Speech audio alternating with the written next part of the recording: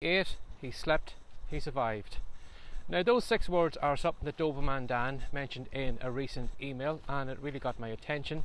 And in it he said a lot of people, unfortunately, if you were to sum up their life, if you were to write something on their headstone, that would be it. Those 6 words. He ate, he slept, he survived, and nothing else. Now, I'd written about this in my email yesterday, and in it I had mentioned that there's one thing that I love watching on TV, and that is those genealogy shows where those people, it's interesting sometimes when maybe a celebrity goes on and they look back through their family tree, but as always, when they are going through the family tree, they're never looking for any of the Joe soaps or whatever, or the Josephine soaps.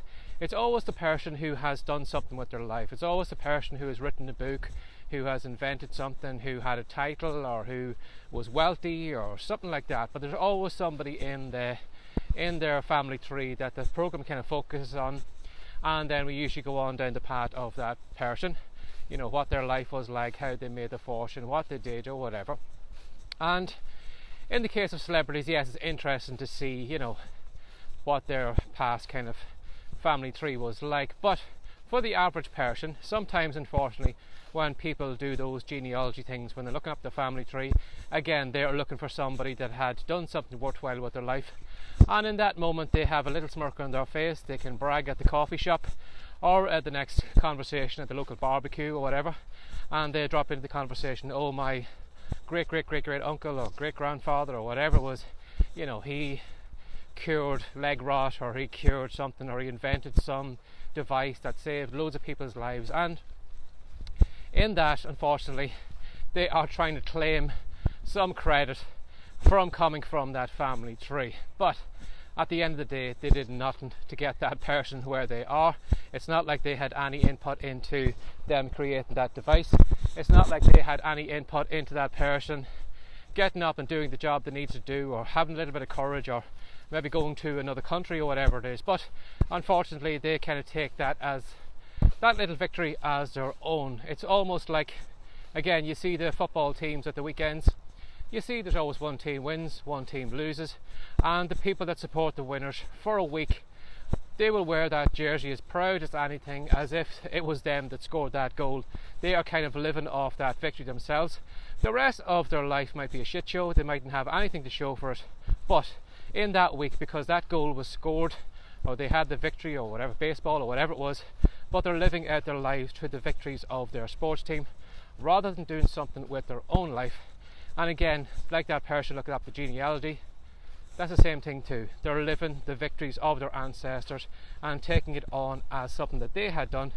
But again, you and I know that they had absolutely no input to that. So what I said in my email yesterday was, I was trying to light a bit of a fire under some of my readers, because I know sometimes you can drop the ball every so often. You can get comfortable, and you can assume wrongly that you are going to be on this planet forever. But as I said before, if Michael Jackson couldn't do it and he had all the oxygen tents and everything else, there is a very, very small chance you are going to succeed. Now, why I wrote that email, again, I wanted to light a fire up under some people's butts, but I want to make them aware that, if somebody was looking them up on a genealogy chart, if somebody was going through their family history, in 2 or 3 generations from now, what would they find about you? What would show up when they looked up you? Would you be just a kind of another blip, another kind of just a notch on the family tree that didn't do anything? Or would they look back at you and be amazed at what you achieved? Maybe the books that you've written, maybe the big following you had, maybe the big wealthy house you lived in. Now again, this has nothing to do with money. I'm not saying that you need to acquire a load of toys. I'm not saying that you need to be the one that goes to the graveyard with the most toys, the most cash, and things like that. What I mean is, everybody has talent, and unfortunately a lot of people have talent and they have ideas that they're going to take to the grave with them. Now, you know yourself that you have some talent for something or other. Again, it could be writing, it could be speaking, it could be doing videos or whatever, but there's some talent that you have, and right now you are sitting on it, you're not using it, and unfortunately the world is losing out because you're not doing it. And again, there is probably something that you're dreaming of doing. There's some little goal that you'd like to achieve. There's something at the back of your mind that is constantly niggling at you every day. It might be telling you, you really should write that book. You have a great idea for a fiction book. Why don't you do it? You have a great idea for a product. Why don't you go and do it? You might have a great idea for a movie or a TV show, whatever. Whatever it is, there is something at the back of your mind. Again, it could be maybe just to ditch where you are right now if you're doing maybe a 9-to-5 job. And it could be maybe just to take the courage up to create a home-based business or do something like that. But there is something there that's just tapping away. And for a lot of people, they will drink it away, they will take drugs to kind of quiet down that voice, but there is a voice that's inside you that is telling you that you can be more. You have got a talent, you have got something to give the world, and why don't you go ahead and give it? So what I meant by that email, as I said, I don't want you to be a blip on the family tree. I want people to look back on your life, and I want people to say, you know what, I'm proud to come from that heritage. I'm proud of that person that started with nothing at all, build up that huge business, or that person who became that great writer, or that person who cured something or put themselves through school when they had no money, or whatever it is, whatever challenge you overcame to kind of be a hero on that person's eyes. Again, as I said, it's nothing to do with collecting cars, filling a large house with all this expensive stuff. All that stuff it's lovely, it's nice to have, but again, it's a talent, it's the ideas, it's all the things that is locked inside you that unfortunately a lot of people will take to the grave. They will never know. If we went to a graveyard today, we would probably, if you could find out a little bit about all those people, I'm sure that some great ideas went to the grave. There's some great inventions went to the grave. There's some people who could have turned their lives around and unfortunately didn't, and took that all to the grave, and the world is going to lose out because of it. So I don't want the world to lose out by whatever talent you have, by whatever inventions or whatever inspiration you can be to someone. I want you to go ahead and do that. I don't want to be a blip on the family tree. Again, circling back, I don't want somebody to come upon your headstone and say, he slept, he ate, he slept, and then he survived. We're not here to survive. Yes, of course, we are here to have a good time and enjoy life and everything. I'm not saying you need to hustle, but there is things that you need to do.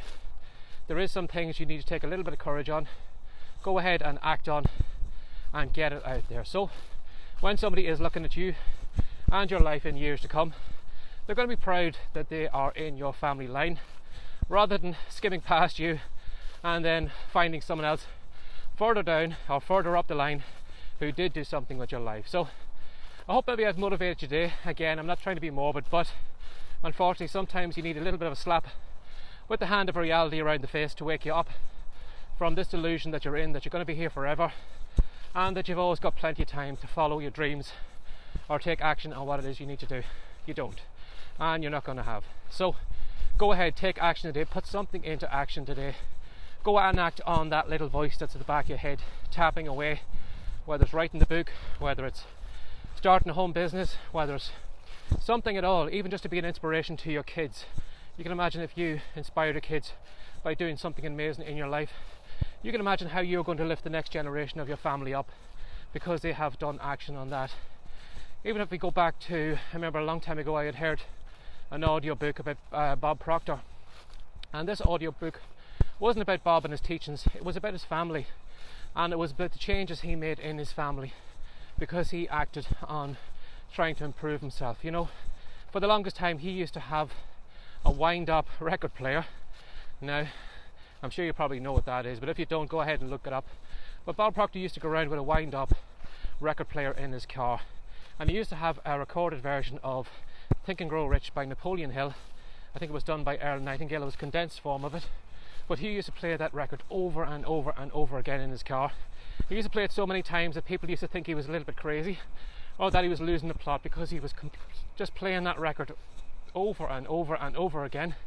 But because he did, it changed his thinking, it improved his life. He started finding more money coming in, he started finding more business opportunities, and because he did that, then he became a big influence on his family, and he actually lifted all his family up because he took those actions. Family members who didn't believe in themselves, who probably would have never thought of starting a business, all started doing that because of Bob. So maybe you can be not just an inspiration to people in years to come. Maybe you could be the person right now that lifts your family up from where they are, you know, who shows them that there is a better way to live this life, a better way to take action, a better way to do things, and be the motivation for those around you. So, as always, I hope I've motivated you, and if you'd like to ask me a question or reach out to me, you're very welcome to reach out to barryjmcdonald@gmail.com. And if you'd like to know where all this content is, do a search for WriteCome. That's WriteCome.com, and you'll find the content all over Google, all over iTunes, YouTube, everywhere. Do a search and you'll find all the content everywhere. Now, if you come over to the WriteCome site right now, again, WriteCome.com, you'll find a great free report there at the moment, and it's called Words to Wealth. And in it, I'm going to show you 10 different ways you can make money from your keyboard from home. So if that little voice is telling you you should be doing some kind of writing, I recommend you head over to WriteCome, download the free report, give it a read through, try it out, and let me know how you get on with it. And as always, thanks for sharing your time again today. Take care, have a great day. Bye bye.